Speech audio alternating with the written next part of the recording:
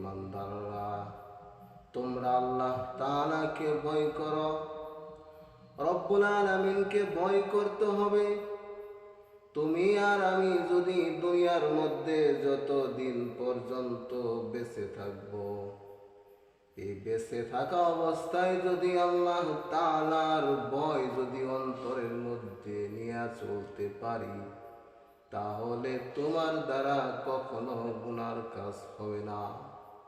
যদি অন্তরের মধ্যে আল্লাহ তাআলার ভয় থাকে, তাহলে তোমার দ্বারা জবানের কখনো কোনো গুনাহ হবে না।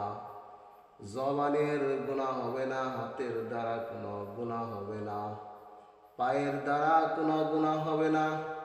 কারণ মালিকের ভয় যখন তোমার আমার অন্তরের মধ্যে ঢুকে যাবে, তাহলে তোমার দ্বারা আমার দ্বারা কোনো গুনাহ হবে না।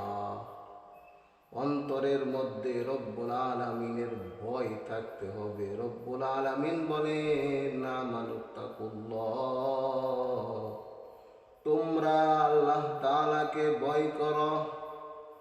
ভয় করার মতো ভয় করতে হবে রব্বুল আলামিনকে। সাহাবায়ে কেরামরা যেভাবে রব্বুল আলামিনকে ভয় করছেন, তাদের অন্তরের মধ্যে আল্লাহ তাআলার ভয় যখন ছিল, তখন তারা সব সময় পেরেশান থাকতেন। তাদের মধ্যে, তাদের অন্তরের মধ্যে রব্বুল আলামিনের ভয়। হযরত আবু বকর সিদ্দিক রাদিয়াল্লাহু তাআলা আনহুর মধ্যে রব্বুল আলামিনের ভয় কিরকম ছিল?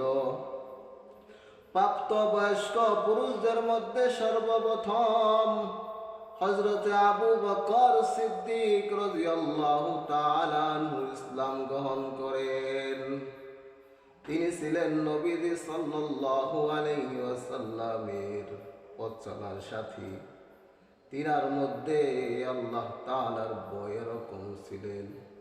তিনি ছিলেন আশারায়ে মুবাশশারা।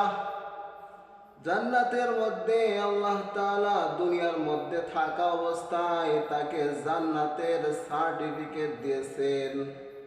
এরকম সাহাবী হযরতে আবু বকর সিদ্দিক রাদিয়াল্লাহু তাআলা আনহু।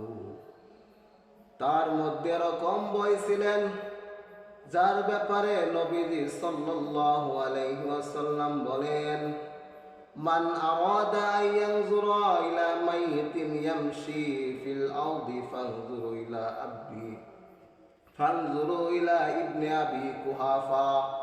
যদি দুনিয়ার মধ্যে কোনো মৃত ব্যক্তিকে দেখতে চাও, তাহলে সে যেন আবু কুহাফার পুত্র আবু বকরকে দেখে।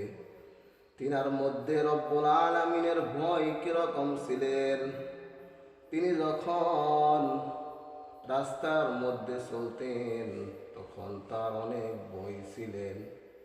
তিনি বলেন, আমার মনে চায় আমি যদি একটা ঘাস হতে পারতাম, আর আমার পাশ দিয়ে গোরা বকরিগুলো গিয়ে আমাকে গিলে ফেলতো, আমার যদি হিসাব না হতো, তাহলে আমার কতই না ভালো হতো। রব্বুল আলামিনের সামনে আমার কাল কিয়ামতের দিন উপস্থিত হতে হতো না। রব্বুল আলামিনের ভয় আবু বকর সিদ্দিক রাদিয়াল্লাহু তাআলা আনহুর মধ্যে কতটুকু ছিল? তিনি ছিলেন আশারায়ে মুবাশশারা। রব্বুল আলামিনের ভয় নিয়ে যদি আমি আর আপনি দুনিয়ার মধ্যে চলাফেরা করতে পারি, তাহলে আমার দ্বারা আপনার দ্বারা কোনো গুনার কাজ হবে না। রব্বুল আলামিনের ভয় অন্তরের মধ্যে থাকতে হবে। একটা পাথরের কিরকম ভয় ছিলেন? কিতাবের মধ্যে পাওয়া যায়, এক বুজুর্গ একটা পাথরকে দেখলেন যে পাথরটা কান্না করতেছে। ওই পাথরকে জিজ্ঞাসা করলেন, তুমি কাঁদো কেন? তখন ওই পাথরটা বলেন, আমার ভয় হয় কাল কিয়ামতের দিন যদি আল্লাহ তাআলা আমাকে মাফ না করে, আমাকে যদি জাহান্নামী বানিয়ে দেয়, এই জন্য আমি কান্নাকাটি করতেছি। ওই বুজুর্গ আল্লাহ তাআলার কাছে দোয়া করলেন। তখন আল্লাহ তাআলা বলে দিলেন, আমি পাথরটাকে মাফ করে দিয়েছি। ওই ওই বুজুর্গ পাথরকে গিয়ে বললেন, আল্লাহ তাআলা তোমাকে মাফ করে দিয়েছেন। দ্বিতীয় দিন যখন ওই বুজুর্গ আবার ওই রাস্তা দিয়ে যায়, এমত অবস্থায় ওই পাথরটা আবারও কান্নাকাটি করে। তখন ওই বুজুর্গ জিজ্ঞাসা করলেন, পাথর তুমি কাঁদো কেন? তখন ওই পাথর বলে, আল্লাহ তাআলা আমাকে মাফ করে দিয়েছেন। আমাকে আল্লাহ তাআলা জাহান্নাম থেকে মুক্তি দিয়েছেন, এই জন্য আমি কান্নাকাটি করতেছি। পাথরের মধ্যে এরকম আল্লাহ তাআলার ভয় ছিলেন।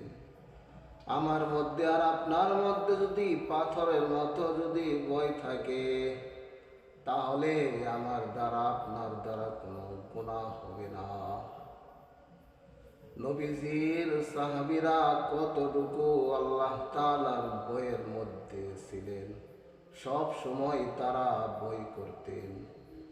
এক নারী সাহাবিয়া নবীজি সাল্লাল্লাহু আলাইহি ওয়াসাল্লামের দরবারে এসে বলেন, ইয়া রাসূলুল্লাহ তাহহিরনি, ইয়া রাসূলুল্লাহ আমি জিনা করেছি, আমি জিনা করার কারণে আমার পেটের মধ্যে একটা বাচ্চা আছে। আমার ভয় হয় আপনি দুনিয়ার মধ্যে থাকিয়া আমাকে পবিত্র করে দেন, আমার যেন কাল কিয়ামতের দিন যেন আল্লাহ তাআলার সামনে দাঁড়াইতে না হয়, আমাকে যেন আল্লাহ তাআলার সামনে দাঁড়াইতে না হয়।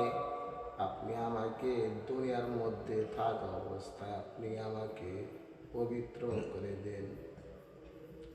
যখন ওই মহিলা নবীজি সাল্লাল্লাহু আলাইহি ওয়াসাল্লামকে বললেন, বলার পর নবীজি সাল্লাল্লাহু আলাইহি ওয়াসাল্লাম চেহারাটাকে ঘুরায় নিলেন। আবার